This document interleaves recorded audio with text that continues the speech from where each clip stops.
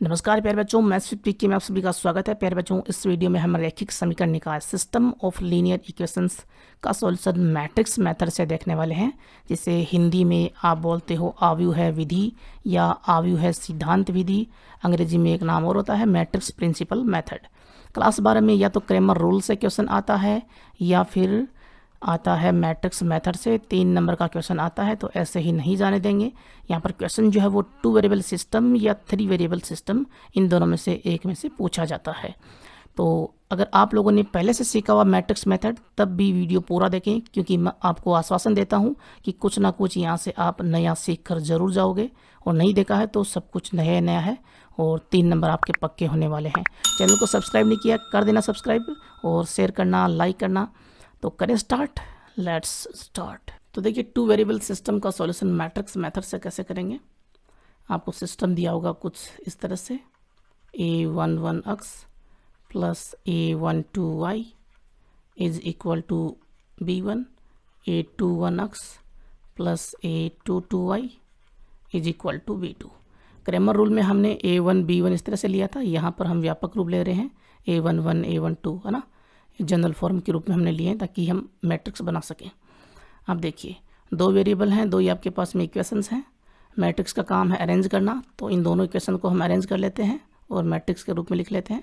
तो कोएफिशिएंट जो है उनको हम उनकी एक मैट्रिक्स बना लेते हैं, a11 a12 और a21 a22। अब देखिए, ये हमारे पास व्यापक रूप बन गया ना, जनरल फॉर्म बन रही है। और x और y जो है वेरिएबल, उनकी हम एक कॉलम मैट्रिक्स बना लेते हैं, और इक्वल में b1 b2 जो है उनकी हम एक और कॉलम मैट्रिक्स बना लेते हैं। अब ये कैसे बना, देखिए, इनको मल्टीप्लाई करेंगे, इक्वल करेंगे तो यही इक्वेशंस आने वाली हैं। मल्टीप्लाई करके देख लेते हैं कैसे आएंगे। देखिए, a11 a12 a21 a22, और इसको हम x y से मल्टीप्लाई करेंगे। इक्वल में आपके पास में b1 b2 है। मल्टीप्लाई करना आपको आता ही है। मैट्रिक्स को कैसे करते हैं, फर्स्ट रो को फर्स्ट कॉलम से, तो a11x मल्टीप्लाई होगा, उसके बाद में जो रेस्पेक्टिव एलिमेंट होते हैं वो मल्टीप्लाई होते हैं, संगत अवयव ना, a12y से ही होगा, तो प्लस में a12y। उसके बाद में सेकंड रो पे आएंगे तो a21 मल्टीप्लाई होगा x से, और प्लस में a22 मल्टीप्लाई होगा y से, और इक्वल में आपके पास में b1 b2 है स्तंभ अवयव। तो देखिए, संगत अवयव जो वो इक्वल हो जाएंगे, तो a11x plus a12y is equal to b1, और a21x plus a22y is equal to b2। तो यही तो हमारे पास में दोनों इक्वेशंस है ना। तो उन दोनों इक्वेशंस का हमने यहाँ पर क्या किया है, अरेंजमेंट किया है मैट्रिक्स के रूप में। इन दोनों में कोई डिफरेंस नहीं है। अब देखिए, हम क्या करेंगे, यहाँ पर हमारे पास में जो कोएफिशिएंट है उनकी मैट्रिक्स है, उसको हम मान लेते हैं कैपिटल A, और जो वेरिएबल है x y उनकी मैट्रिक्स को मान लेते हैं कैपिटल X, और इक्वल में जो वैल्यूज हैं b1 b2 उनकी मैट्रिक्स को हम मान लेते हैं कैपिटल B।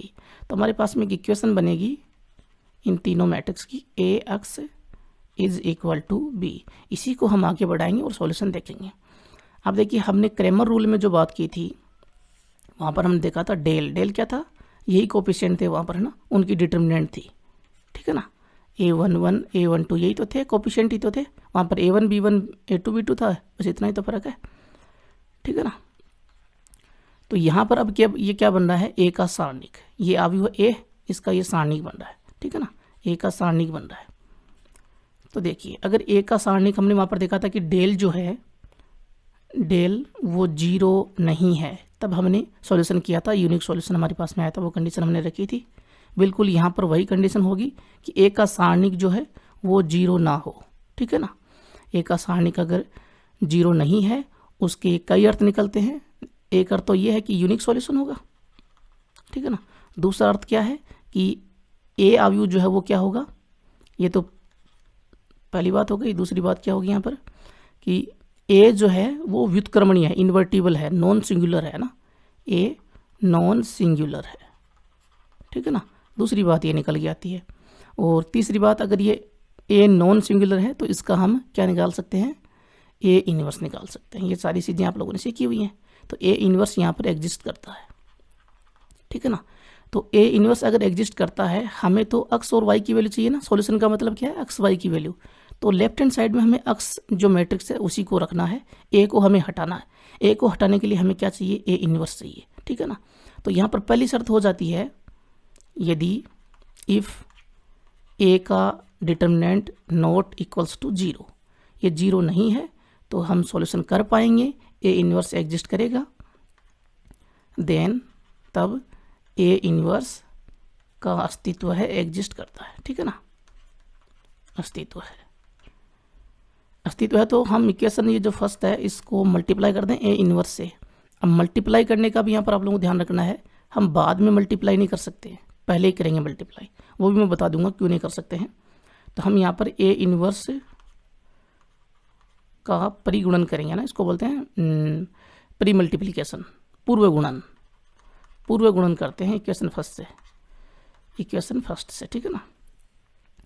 मल्टीप्लाई करते हैं, देखिए क्या होगा, A inverse A x is equal to A inverse B, ठीक है जी। अब यहाँ से आपको पता है ए इन्वर्स और ए क्या बनेगा, किसी मैट्रिक्स को उसके व्युत्क्रम से हम मल्टीप्लाई करते हैं, इन्वर्स से मल्टीप्लाई करते हैं तो आई आता है ना, आइडेंटिटी एलिमेंट, आइडेंटिटी मैट्रिक्स आता है ना आई, तो आई आ गया और साथ में एक्स मैट्रिक्स मल्टीप्लाई में है, ठीक है जी। और ए इन्वर्स भी आपके पास में है ही, और आई को आप किसी भी मैट्रिक्स से मल्टीप्लाई करोगे तो वापस वही मैट्रिक्स आती है, ये भी आपको पता है, ये मल्टीप्लिकेटिव आइडेंटिटी होती है ना, तो वापस वही आ जाएगा। तो वापस एक्स आ गया आपके पास में, तो एक्स बराबर ए इन्वर्स बी, और यहीं से हम निकालेंगे सॉल्यूशन। तो हमें पहले चाहिए होगा ए इन्वर्स, ठीक है ना। और ए इन्वर्स के लिए पहली कंडीशन ये है कि ए का डिटर्मिनेंट 0 नहीं होना चाहिए, ठीक है ना। जो बात क्रेमर रूल में थी बिल्कुल वैसी ही बात यहाँ पर लागू होगी। अब मैं बात कर लूँ कि हमने पूर्व गुणन क्यों किया, बाद में क्या गुणन होगा नहीं होगा उसकी थोड़ी सी चर्चा कर लेते हैं, ठीक है ना। यहीं पर कर लेते हैं जी, जगह पड़ी हुई है। देखिए ये रफ कार्य के रूप में यह ध्यान रखें, मैं मल्टीप्लाई करता हूँ इक्वेशन फर्स्ट को बाद में, तो A x A inverse equal में बी ए इन्वर्स। हमें पता है कि ए का जो ऑर्डर यहाँ पर है वो 2/2 है ना, ए क्या है 2/2 का है, तो ए इन्वर्स भी यहाँ पर 2/2 होगा ना। उसके बाद में बी क्या है, बी आपके पास में देखिए, बी का जो ऑर्डर है 2 तो रोज हैं और 1 कॉलम है ना, तो 2/1 है ना, 2 × 1 है, ठीक है जी। अब देखिए मैं अगर बाद में मल्टीप्लाई करता हूँ तो ये ऑर्डर देखिए क्या होगा, बी इंटू ए इन्वर्स का, बी का ऑर्डर है 2 × 1 और ए इन्वर्स का ऑर्डर क्या होगा 2 × 2, ठीक है ना, 2 × 2। अब बताइए यहाँ पर ये जो बी के कॉलम है और ए इन्वर्स के जो पंक्तियाँ हैं वो इक्वल होने चाहिए थे, तभी मल्टीप्लिकेशन होगा, लेकिन ये तो नहीं हो रहा। इसका मतलब ये मल्टीप्लाई हो ना हो गड़बड़ हो सकती है, ठीक है ना, लेकिन यहाँ पर गड़बड़ नहीं होगी क्योंकि ए इन्वर्स को ए से मल्टीप्लाई करेंगे तो दोनों ही 2/2 हैं तो मल्टीप्लाई हो जाएंगे। उसके बाद में ए इन्वर्स को बी से मल्टीप्लाई करेंगे तब क्या होगा, ए इन्वर्स को अगर हम बी से मल्टीप्लाई करेंगे तो यहाँ पर देखिए ए इन्वर्स को बी से हम मल्टीप्लाई करेंगे तो ए इन्वर्स का जो ऑर्डर है वो 2/2 है और बी से मल्टीप्लाई करेंगे, बी का ऑर्डर क्या है 2/1। तो अब देखिए ये कॉलम और ये रोज इक्वल हो रहे हैं तो अब मल्टीप्लाई हो जाएगा और ऑर्डर जो आएगा वो 2 × 1 का आएगा, ठीक है ना। और उस कंडीशन में, ऊपर वाली कंडीशन में जब हम बाद में मल्टीप्लाई करेंगे तब तो बात बनेगी नहीं, मल्टीप्लाई होगा ही नहीं, ठीक है ना। आगे बढ़े तो हमें यहाँ पर ए इन्वर्स निकालना आता ही है, इक्वेशन नंबर 2 हो गई, इसी इक्वेशन नंबर 2 से ही हम सॉल्यूशन निकालेंगे, ठीक है ना। और जो जितनी भी कंडीशन है यहाँ पर तो यूनिक सॉल्यूशन की कंडीशन तो ये हो गई, मैट्रिक्स मेथड से हम सॉल्यूशन करेंगे उसकी कंडीशन तो ये हो गई कि ए सारणिक जो है वो 0 नहीं होना चाहिए, ठीक है ना। बाकी जो बची कंडीशन है वो हम लास्ट में देखेंगे इसी वीडियो के। और ए इन्वर्स आप लोगों को निकालना आता ही है, ए इन्वर्स बराबर होता है एडजॉइंट ए अपॉन में ए डिटर्मिनेंट, ठीक है जी। ए डिटर्मिनेंट 0 नहीं होना चाहिए, 0 हो गया तो नीचे 0, तो आपको पता ही है फिर, ठीक है ना। वही बात जो क्रेमर रूल में हमने देखी थी, सेम टू सेम। एक क्वेश्चन ले लेते हैं और यहाँ पर सॉल्यूशन देखते हैं उसका। देखिए 5x - 3y = 2 और x - 2y = 3, x + 2y ले लेते हैं ना। देखिए इस क्वेश्चन को देखिए, यहाँ पर सबसे पहला काम हमें क्या करना होगा, हमें मैट्रिक्स मेथड लिखना होगा। तो 5 1 3 2 3 2, लेकिन ये माइनस का 3 है तो -3।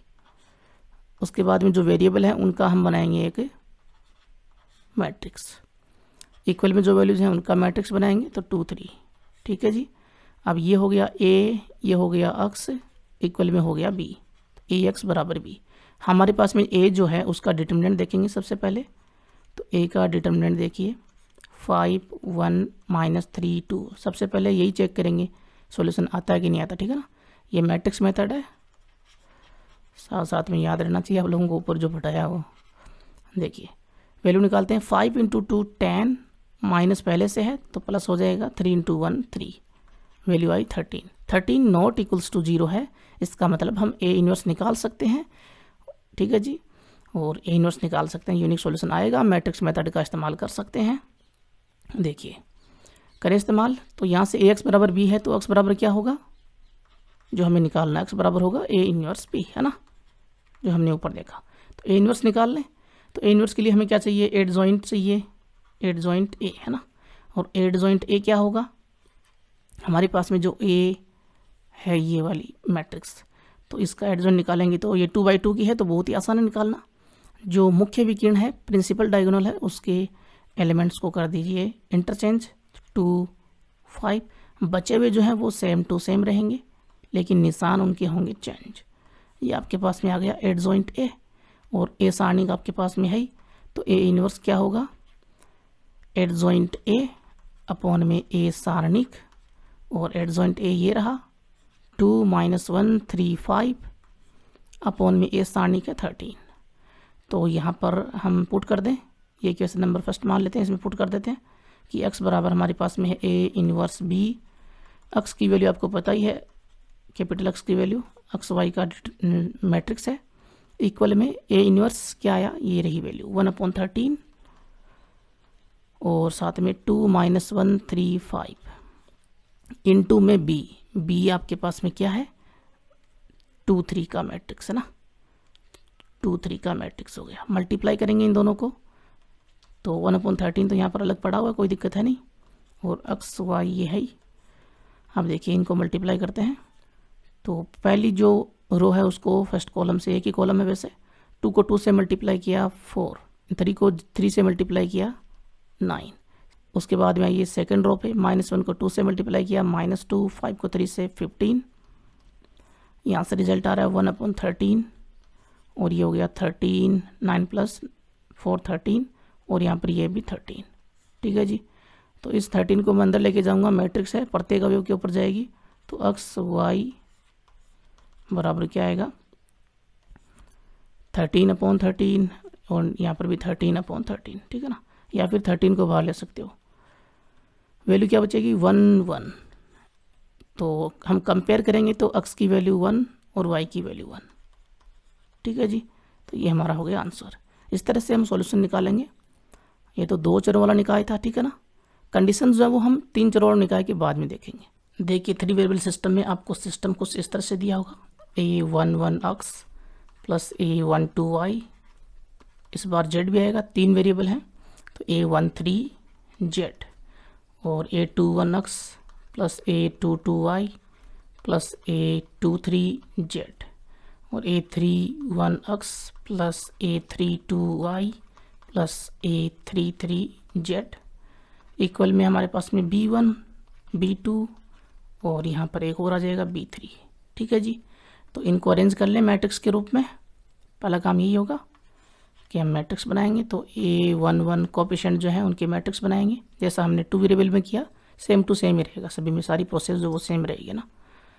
तो a12 a13 a21 a22 a23 a31 a32 a33। पहले स्टेप हमने कंप्लीट कर ली, कोएफिशिएंट की मैट्रिक्स बना ली। उसके बाद में जो आपके पास में वेरिएबल हैं उनकी कॉलम मैट्रिक्स बना लीजिए, ये कॉलम मैट्रिक्स हो गई। इक्वल में जो वैल्यूज हैं उनकी कॉलम मैट्रिक्स बना लीजिए, b1 b2 b3। ठीक है जी, ये हो गया a इस बार। ठीक है जी, a यहाँ पर बढ़ चुका है ना, a3/3 हो गया, और ये है अक्स, तो ए अक्स ये बी, तो ए अक्स इज इक्वल टू बी। तो वही प्रोसेस रहेगा कि ए का जो डिटर्मिनेंट है उसकी वैल्यू अगर 0 नहीं है तो ए इन्वर्स एग्जिस्ट है ना, ए इन्वर्स का एग्जिस्टेंस है, अस्तित्व है। और उस कंडीशन में तब क्या हो जाएगा, अक्स बराबर हो जाएगा जो हमने पहले किया वही काम, ए इन्वर्स बी। ठीक है जी, और इसी से हम निकालेंगे अक्स और वाई जेड की वैल्यू। ठीक है ना, ये इक्वेशन नंबर फर्स्ट इसी से निकालेंगे। और ये कंडीशन मैंने आपको बता ही दी है कि ए डिटर्मिनेंट अगर नॉट इक्वल्स टू 0 है तो यूनिक सॉल्यूशन होगा और वो हम मैट्रिक्स मेथड से निकाल सकते हैं। और अगर ये 0 हो भी गया ना, है ना, अगर ये 0 हो भी गया ना तो इसका मतलब ये नहीं है कि सॉल्यूशन नहीं होगा, वो हम कंडीशन की बात करेंगे लास्ट में, है ना। पहले क्वेश्चन देख लेते हैं। तो जो हमने क्रैमर रूल में लिया था ना वही क्वेश्चन मैं यहाँ पर ले रहा हूँ। देखिए 2x minus Y plus 3z is equal to 9x plus Y plus Z is equal to 6x minus Y plus Z is equal to 2। सबसे पहला काम हमारा क्या रहेगा, जो कोफिशिएंट है उनकी आप बना लीजिए मैट्रिक्स 2 1 1 -1 1 -1 3 1 1। उसके बाद में जो आपके पास में वेरिएबल है एक्स वाई जेड, और उसके बाद में जो इक्वल में वैल्यूज़ हैं 9 6 2। ठीक है जी, ये हो गया ए, तो A x is equal to B हो गया जी। ये ए है, ये एक्स है, ये बी है।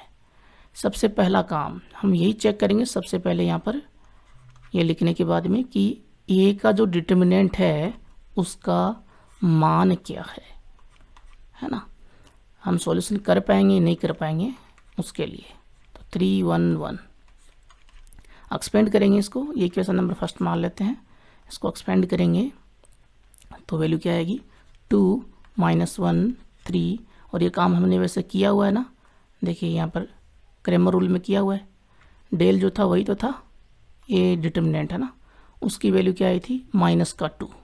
ठीक है ना, ये सेम टू सेम रहेगा ना, ये तो इसमें तो कोई डिफरेंस है नहीं, इसकी वैल्यू -2 आने वाली है, ये तो कंफर्म हो गया। निकाल भी लेते हैं फिर से। ठीक है जी, तो प्लस माइनस प्लस, तो ये पहले से माइनस है तो प्लस हो जाएगा, उसके बाद में ये प्लस है। और -1 के लिए देखेंगे -1 1 1 1 1 1 1 1, ये तो 0 हो जाएगा, सारे इक्वल हैं। 3 के लिए देखिए 1 1 1 -1 1 1 1 -1, यहाँ से वैल्यू आएगी ए डिटर्मिनेंट की क्या वैल्यू, तो -2 आने वाली है। 1 × 1 1 माइनस माइनस प्लस 1, और ये 0, और ये हो गया 3 × -1 -2, ये 2 × 2 4, और ये माइनस का 6, वैल्यू आई -2 नॉट इक्वल्स टू 0। तो A determinant not equals to 0, तो हम लिखेंगे ए इन्वर्स का अस्तित्व है, ये एग्जिस्ट करता है। ठीक है ना, नॉन सिंगुलर मैट्रिक्स है, व्युत्क्रमणीय है, इन्वर्टिबल है, ये सारे इसी के नाम है, सारी एक ही चीज़ें। ठीक है ना, तब हम इक्वेशन फर्स्ट जो है कि ए एक्स बराबर बी, तो यहाँ से हम कह सकते हैं कि एक्स बराबर ए इन्वर्स बी, और इसी से सॉल्यूशन हमें करना है। ठीक है जी, वैल्यूज़ निकालेंगे अब हम, इक्वेशन नंबर 2 हो गई, ए इन्वर्स की हम वैल्यू निकालेंगे।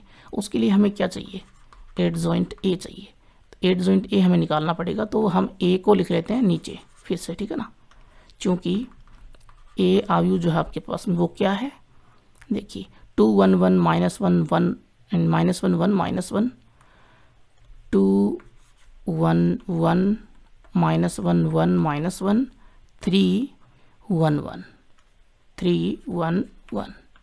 ठीक है जी, यहाँ से निकालते हैं एडजॉइंट ए। उसके लिए हमें चाहिए क्या, कोफैक्टर इन सभी के। तो सबसे पहले मैं यहाँ पर इनका व्यापक रूप लिखूँ जो मैंने बताया था, A11 A12 A13, यहाँ पर काम में आता है वो ना, इसलिए मैंने क्या बुक में भी व्यापक रूप में लिखा हुआ है ना, A31 A32 A33। देखिए सबसे पहले हम F11 की बात करेंगे, कोफैक्टर F11 की। तो F11 इज इक्वल टू सारा निकालेंगे, तो आप शॉर्ट जो तरीका मैंने बताया था उससे भी निकाल सकते हो, लेकिन यहाँ पर सॉल्यूशन में काम में नहीं लेना वो ना। देखिए F11 क्या होगा, -1 की पावर 1 + 1, और चिन्ह का वैसे भी आपको पता है, plus minus plus minus plus minus plus minus plus. ठीक है जी, ये चिन्ह भी ध्यान में रख सकते हो। तो यहाँ से और माइनर क्या हो जाएगा इसका, F11 के लिए ये 2 है, F11 जो है ना, A11 F11 यहाँ पर हो जाएगा, देखिए 1 -1 1 1, ये इसका माइनर है ना। तो वैल्यू आएगी, ये तो प्लस में आएगा 1 + 1, वैसे भी यहाँ पर प्लस है, तो इन चिन्हों को देखेंगे हम, लिखेंगे यहाँ पर लेकिन चिन्ह देखेंगे, ठीक है ना। तो वैल्यू आई 1 + 1 2। आगे बढ़े F12 के लिए यहाँ पर माइनस आने वाला है, तो -1 की पावर 1 + 2, ये वैसे भी विषम है तो माइनस आएगा। 1 2 हमारे पास में है -1, पहली पंक्ति का दूसरा अवयव है ना, -1 है। ये कॉलम गया, ये रो गई 1 1 1 1, तो ये तो 0 होने वाला है, ठीक है जी। 1 ये सारे इक्वल आ गए ना, 2 रोज आपको पता है या 2 कॉलम इक्वल आ जाते हैं तो वैल्यू क्या होती है वहाँ पर 0 होती है। F13 देखिए, F13 3 प्लस में आएगी वैल्यू, -1 की पावर 1 + 3, और यहाँ पर ये कॉलम गया, रो गई 1 1 1 -1, ठीक है जी। तो यहाँ से रिजल्ट क्या आएगा, प्लस में ही है, ये प्लस है, यहाँ पर -1 -2 आ रहा है जी। तो अब मैं यहाँ पर सीधे लिख दूँ, आप लोग निकाल लोगे। F21, तो F21 यहाँ पर माइनस में आने वाला है, तो माइनस, और F21 है ये 1 है ना, दूसरी पंक्ति का पहला अवयव देखिए 21। तो यहाँ पर ये रो गई, ये कॉलम गया -1 -1 3 1, तो ये मल्टीप्लाई करेंगे -1 +3, तो प्लस का 2 आएगा ना, -1 हो गया ये, और ये हो गया प्लस का 3, पहले से माइनस होता ही है, तो प्लस का 2 हो गया। उसके बाद में F22, तो F22 भी यहाँ पर ये प्लस का है तो प्लस ही लेना है, ये है 1, कॉलम गया, ये रो गई 2 -3 -1। आगे बढ़ते हैं, F23 देखते हैं। F23 क्या होगा, 23 यहाँ पर आएगा माइनस में, ठीक है जी, ये है 1, तो 1 के लिए F23 हो जाएगा। ये कॉलम गया, ये रो गई 2 × -1 -2, और ये पहले से माइनस है तो प्लस का 1, -2 + 1 -1 आया, माइनस पहले से है, प्लस का 1, ठीक है जी। उसके बाद में हम देखेंगे 31, F31 के लिए प्लस होगा, और ये आपके पास में 1 है, ये कॉलम, ये रो गई, ये कॉलम गया -1 × 1 -1 -3, माइनस का 4 F32, ये सब निकालना आता है आप लोगों को, कोफैक्टर्स नहीं निकालना आता, थ्योरी की वीडियो देख लें, ठीक है ना, सीख जाओगे। ऊपर आएगी निशान पे, क्रैमर रूल भी आपको मिल जाएगा ऊपर आएगी निशान पे। F32 देखिए यहाँ पर, ये 32 हमारे पास में -1, ये कॉलम गया, ये रो गई 2 × 1 2 -3, ठीक है जी, तो -1, और 32 यहाँ पर क्या होगा, ये पहले से माइनस में है तो ये प्लस का हो गया। आगे बात करें हम F33 की, F33 यहाँ पर देखिए, A33 क्या है, 1 है, ये कॉलम गया, ये रो गई, प्लस में आएगा, और 2 × 1 2, माइनस पहले से है तो प्लस का 1, 2 + 1 कितना 3, और ये प्लस में है तो प्लस में आ जाएगा। तो हमारे पास में Fij क्या आएगा, सबसे पहले Fij का ये मैट्रिक्स जो है वो क्या होगा, F11 2, F12 0, F13 -2, F21 -2, F22 -1, F23 1, F31 -4, F32 plus का 1, F33 3, ठीक है जी। इसका करेंगे ट्रांसपोज, क्योंकि हमें निकालना है एडजॉइंट A, तो इसका हो जाएगा ट्रांसपोज करेंगे तो पहली पंक्ति को पहला स्तंभ 2 0 -2 -2 -1 1, ये दूसरी पंक्ति दूसरा स्तंभ सेकंड कॉलम हो गई, और ये थर्ड रो जो है वो थर्ड कॉलम हो जाएगी, ठीक है जी। ये आपके पास में एडजॉइंट A आ गया। A इनवर्स निकालना है तो आपको पता है एडजॉइंट A अपॉन में A का डिटर्मिनेंट, एडजॉइंट A आपके पास में है, A का डिटर्मिनेंट की वैल्यू क्या है जो हमने निकाली हुई, -2 है ना, -2, A का डिटर्मिनेंट हमारे पास में है -2, ठीक है जी।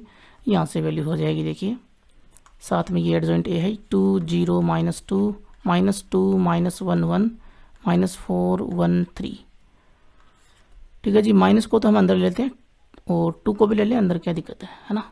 तो डिवाइड कर देंगे तो A इनवर्स बराबर क्या आएगा, देखिए ये हो जाएगा, -2 से डिवाइड करेंगे, निशान चेंज माइनस में होगा, 2 से 2 डिवाइड होगा 1, यहाँ पर निशान चेंज प्लस का 2 अपॉन में 2 1, यहाँ पर भी निशान चेंज क्योंकि बाहर माइनस है ना, इसको अंदर ले रहे हैं, प्लस का 4 अपॉन में 2 -2 अपॉन में 0 अपॉन में ये तो 0 रहेगा, माइनस ये प्लस में हो जाएगा 1/2, उसके बाद में ये माइनस 1/2 हो जाएगा, और यहाँ पर ये प्लस का 1 हो जाएगा, ये माइनस का 1/2 हो गया, ये माइनस का 3/2 हो गया। ये आपके पास में ए इनवर्स आ गया जी। ठीक है जी, इक्वेशन नंबर 3 है, 2 है, जो भी है ना। अब देखिए ये हम पुट कर देंगे इसमें x बराबर ए इनवर्स बी में इक्वेशन 2 से। ठीक है ना, इक्वेशन 2 से तो x बराबर आपके पास में है ए इनवर्स बी और x की वैल्यू XYZ और ए इनवर्स की वैल्यू ये आपके पास में है -1 0 1 1 1/2 -1/2 और 2 -1/2 -3/2।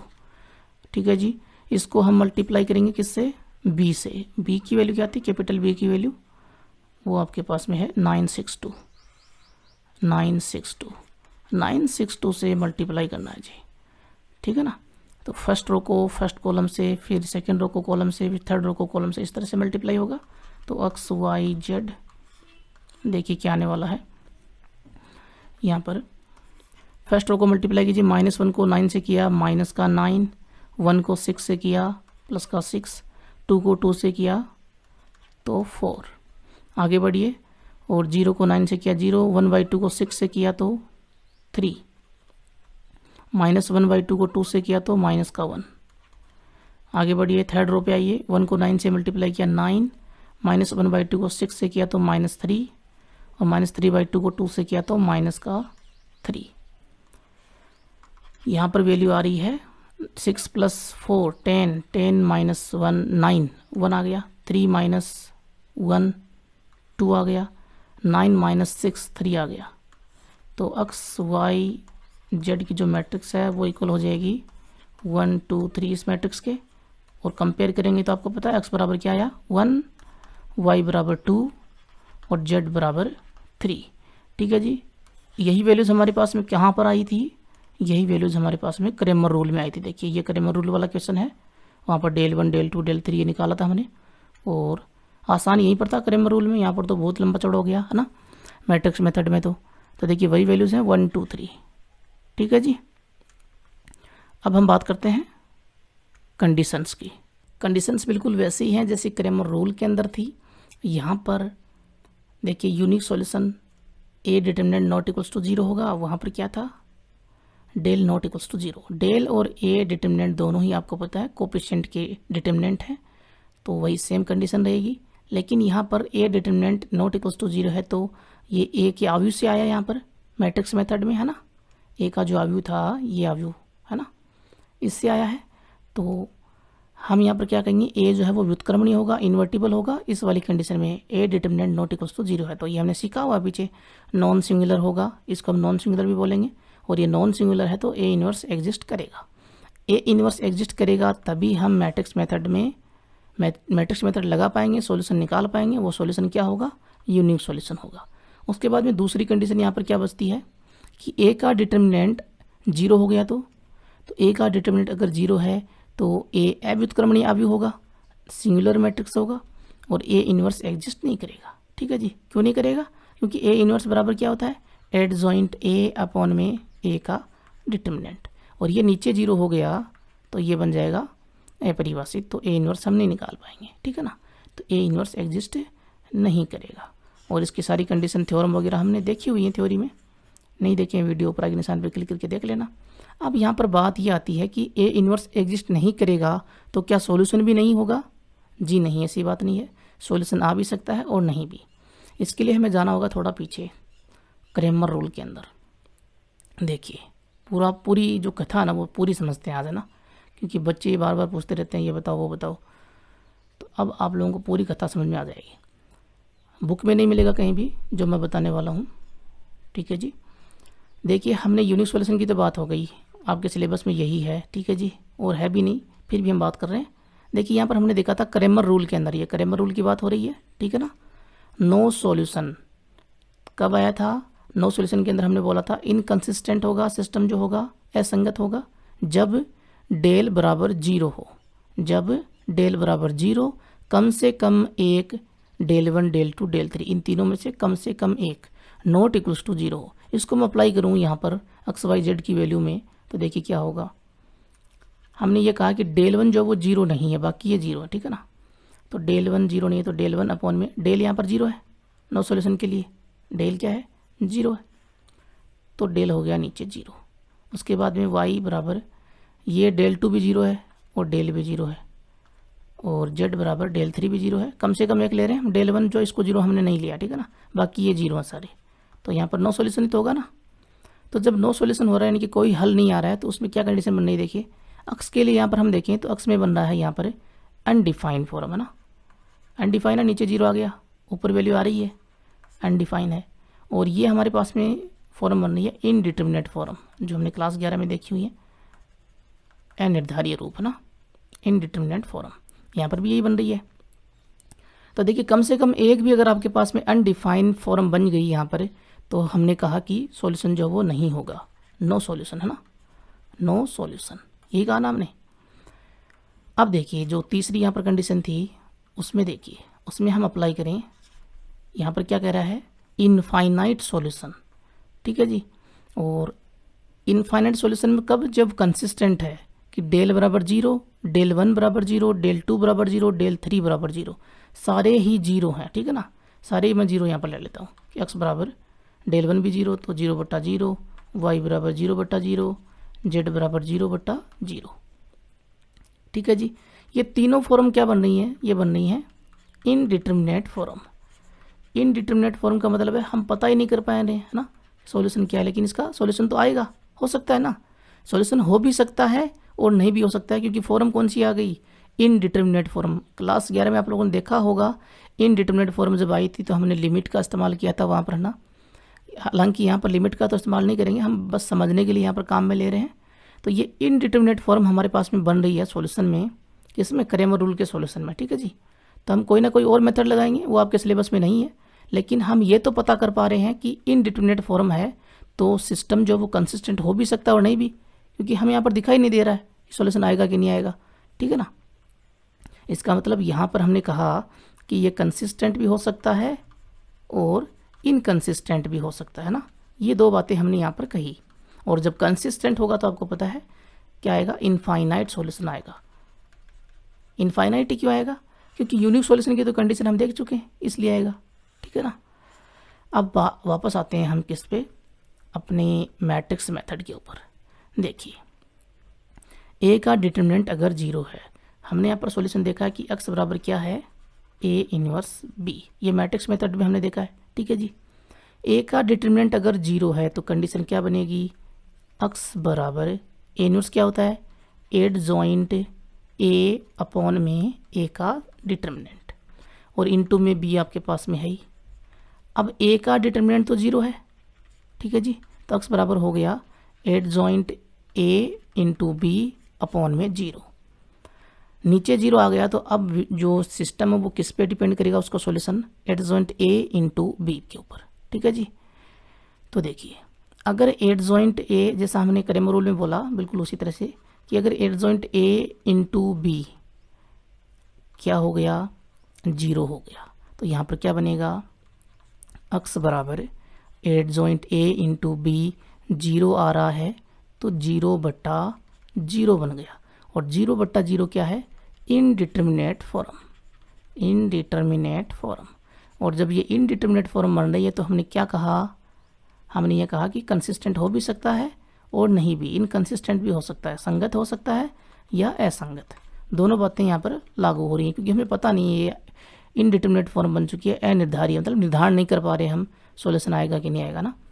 तो वही बात यहाँ पर लागू हो रही है कि एडजॉइंट ए इंटू बी अगर 0 हो गया तो 0/0 रूप बन गया x के लिए, और 0/0 रूप हो गया तो सिस्टम जो वो कंसिस्टेंट हो भी सकता है और नहीं भी, ठीक है ना, और नहीं भी, यानी कि इनकंसिस्टेंट भी हो सकता है।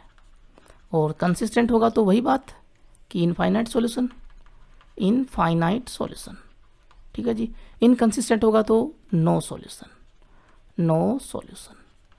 अब दूसरी बात, जब आपके पास में एडजॉइंट ए इंटू बी बराबर 0 नहीं है, यहाँ पर तो था, तो ये दूसरी कंडीशन क्या हो जाएगी कि adjoint A into B not equals to 0, तो कोई ना कोई वैल्यू आएगी तो अक्स बराबर क्या होगा, अक्स बराबर होगा एडजॉइंट ए इंटू बी, कोई ना कोई वैल्यू आएगी तो ऊपर ये वैल्यू होगी, नीचे 0 है, तो यही फॉर्म।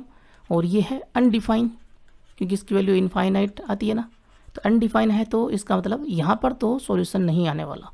तो ये जो सिस्टम होगा ये कैसा होगा, इनकंसिस्टेंट सिस्टम होगा और नो सॉल्यूशन, कोई सॉल्यूशन नहीं होगा। ठीक है जी, तो यही वो कंडीशन है। और आगे आपके सिलेबस में नहीं है कि जब कंसिस्टेंट होगा इस वाली कंडीशन में कंसिस्टेंट होगा तो वैल्यू हम कैसे निकालेंगे, इनफाइनाइट सॉल्यूशन कैसे निकालेंगे, वो आपके सिलेबस में नहीं है। और कभी टाइम मिलेगा तो मैं वीडियो अपलोड कर दूंगा। क्लियर है जी, तो अच्छी तरह से समझाया, कुछ ना कुछ नया आप लोगों ने सीखा होगा। तो चैनल को सब्सक्राइब कर देना, लाइक शेयर बनता है जी, इस वीडियो में तो बनता है। Thank you so much. और क्रैमर देखना या पीछे थ्योरी की वीडियो देखना है तो ऊपर आइकन निशान पे क्लिक करके देख सकते हो, डिस्क्रिप्शन में भी आप लोग देख सकते हो। Thank you.